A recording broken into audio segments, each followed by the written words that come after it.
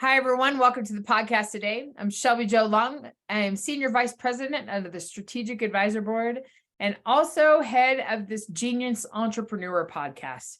I love having conversations with individuals that have transformed their genius into an income stream.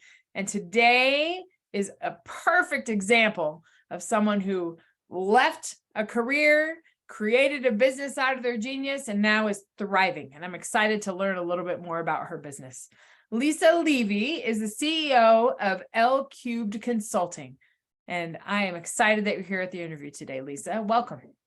I am so excited to be here, Shelby Jo. Thank you for the opportunity. Of course. Can you just tell us about, you're a best-selling author, you're a CEO. Can you just give us the 360-degree overview of what it is you do? Absolutely. So let's just start with, I consider myself to be an accidental entrepreneur. It was never, ever, ever my goal to own and run my own business. I grew up with parents who were entrepreneurs, real estate developers, and it's a crazy roller coaster. And you have great years and you have bad years. And I was like, I want a corporate job. I want a salary. I want vacation time. I want sick time. I want a 401k. I want all of this security. Right. Yeah.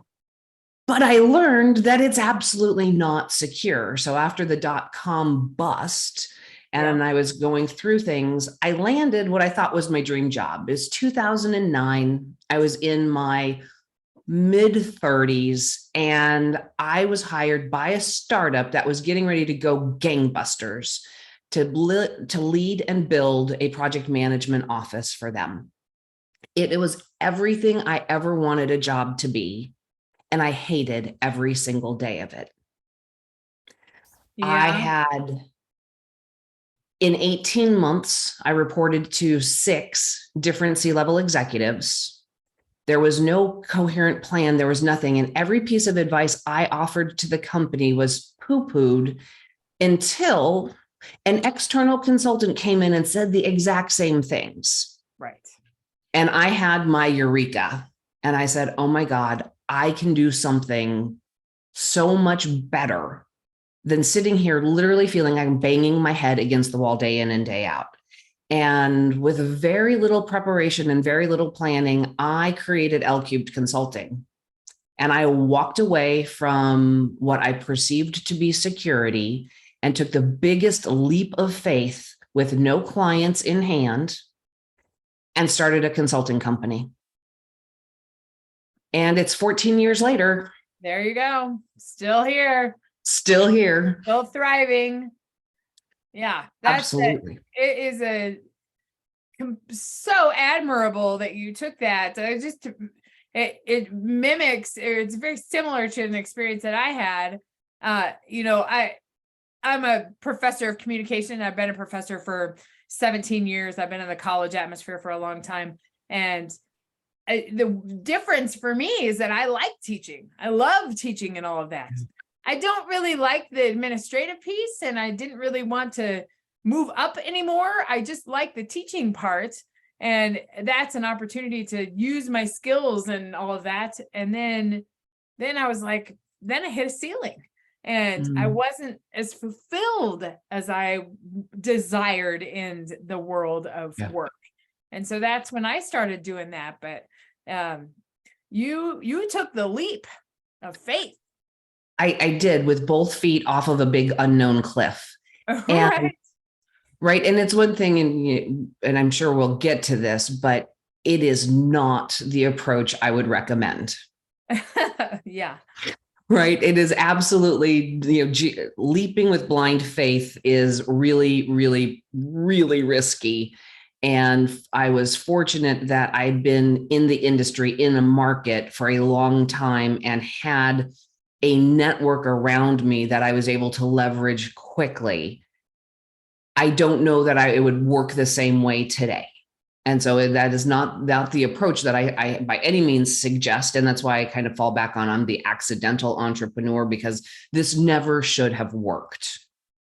But it did. And it did. Yeah. And there are reasons behind that. And all of those things and those experiences, right? I'm learning and putting back into my business and feeding out to my clients. Sure. And so the basics of what we do is taking best practices from large enterprise corporations, the discipline of project management, process management, organizational change management, and creating those into something I call adaptive transformation, which is a framework that we can use in smaller businesses, starting at a solopreneur and growing with the company, or building it in as you're starting to build in a leadership team. But taking all of the advantages of huge corporations and leveraging them with far less cost, fewer people, but still getting the strategic impact that you want. Sure. So it's huge, and it revolutionizes how to grow from small to big. What type of industries do you typically work with? Is it industry agnostic, or is it a certain area? So every marketing person who's ever worked with me would shoot me for this statement. It is absolutely industry agnostic. The reason it's very true. Business principles are the same. Project management doesn't, there are certain principles that you have to follow to be able to do that. The communication world is very similar to that. There's principles, it's just adapting it to different places.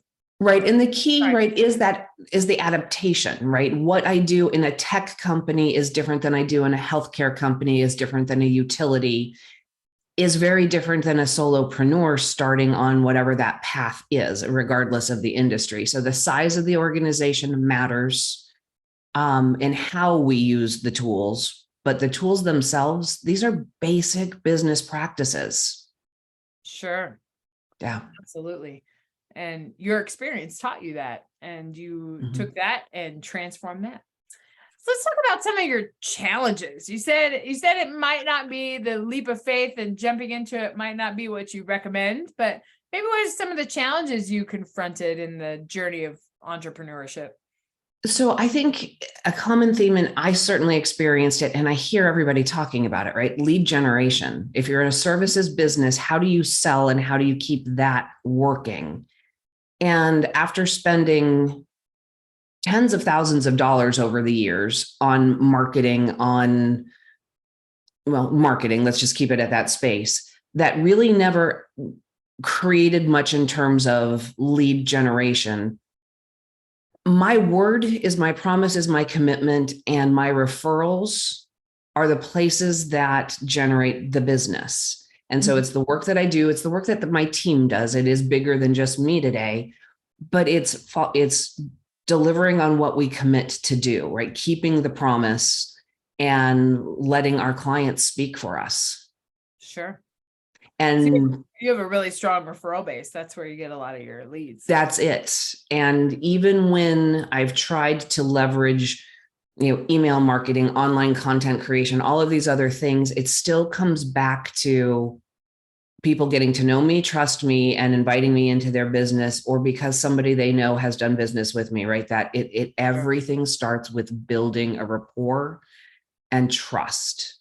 It's a natural human inclination, right? We need that. Absolutely.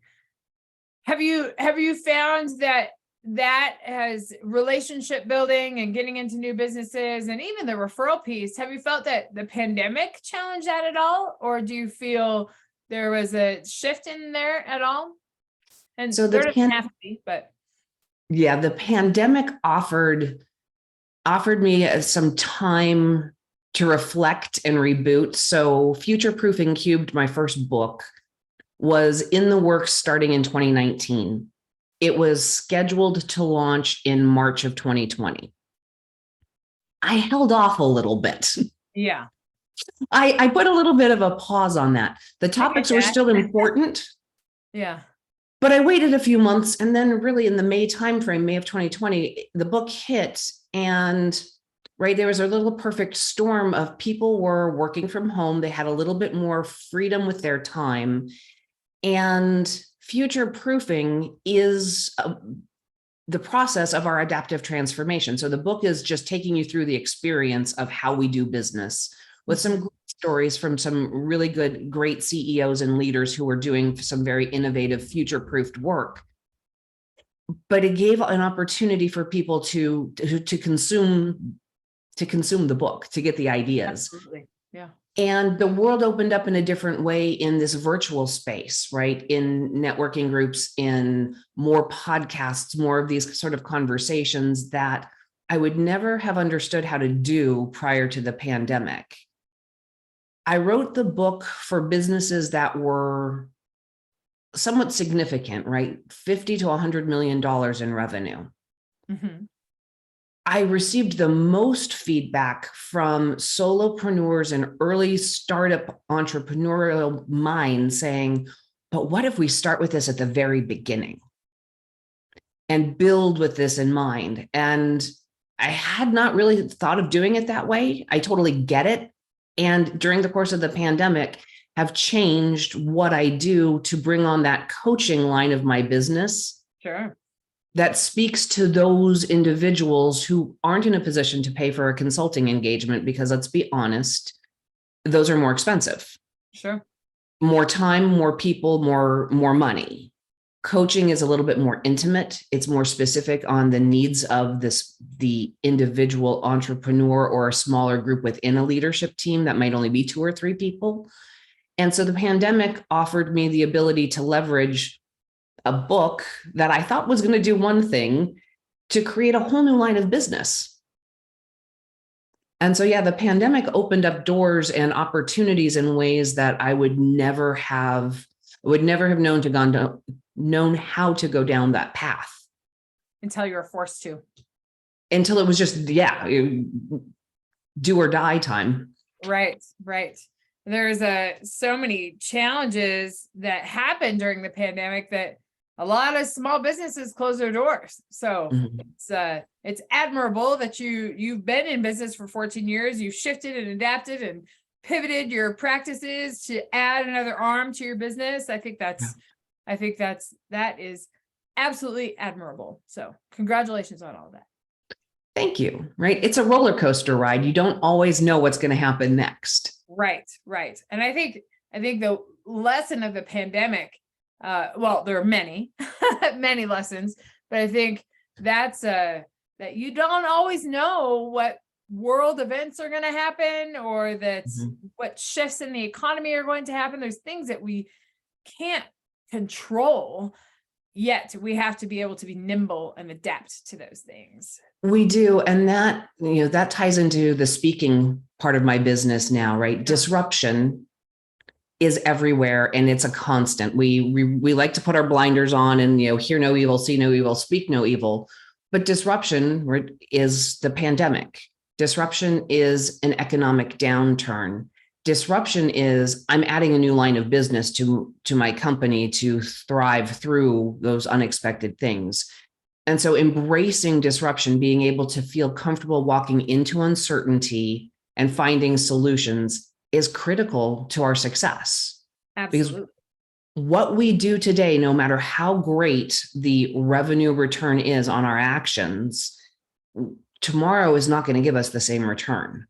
So we have to be ready to continuously adapt so that we can thrive through whatever comes our way. Absolutely. Absolutely. What's next for your business? Are you looking to expand into another area or provide another service? So the next thing is elevating this to larger audiences and getting taking an experiment of mine, which was a podcast directed at healthcare, and taking it out of that very specific industry vertical niche and going wider. And so we're playing with a brand, disrupt and innovate to make the changes to your business. And there's a new podcast on the horizon that we're going to do and try and go really big and go bold. It's time. No time like the present. Always got to step into that. Lisa, what advice would you have for our entrepreneur listeners out there that are thinking about leaving their corporate job, their current job, creating something out of their genius? Is there something you would tell them, some piece or pieces of advice you would have for them? So I'll go with two pieces of advice. One is, this is a life-changing opportunity. Put some time and thought into the financial basis that you need. What does it cost to operate your life? And if you have savings, what does the runway of that actually really look like, so that you don't panic 30 days in? The initial startup, the initial getting it going takes some time. And if you're in a position to start building while you're still drawing a paycheck from somewhere else, if you can pull that off for a while, it makes it a lot easier. Sure. The other piece to contrast with that is, don't be afraid to go for it, right? Start the experiment, test something small, see how it resonates, and build from that. Everything, adopt the crawl, walk, run kind of a mindset, so that you start with things and then you grow from there. There's no big magic wand that makes a business boom successful overnight. Both excellent pieces of advice. Yes, be prepared, but also step into the shoes. There's no reason you can't do it. This economy is wide open. There's no reason that you can't step into the thought leadership economy and use your expertise to transform the life of others. So absolutely. But think about it. Cautious risk, maybe, or planned calculated risk. Calculate. Ooh, I like that. That's calculated risk. Calculated risk. Well, Lisa, this was a great conversation today. Lots of tidbits to inspire our audience to think differently about their backgrounds, expertise. Maybe take a step into entrepreneurship, because it's a pretty fun place to be when you can live that life of freedom and build that business for yourself. Yes. One last thing before we go, where can our audience members find you? The fastest, easiest way to find me is Lisa L. Levy, L-E-V as in Victor, Y.com, or Lisa L. Levy on LinkedIn. Okay. We'll be sure to include that in the show notes too, so they can find you immediately. Well, Lisa, this has been a great conversation. Thank you for coming today. I appreciate your wisdom and your expertise. I look forward to your books. They sound intriguing, and I'm going to get future-proofing. That's a business. That's something that most people should read if they have businesses, to think about how their businesses can weather the storm that might approach them. So yes, look forward to that. Well, listeners, this is another great example of a genius entrepreneur that has transformed their expertise and their experience into a service industry that helps serve others, to help lead other businesses through these storms. So Lisa, thank you again for showing up today. And to our listeners, I look forward to next time when we can talk to another genius entrepreneur to inspire you to think about your expertise in a different way. We'll see you soon.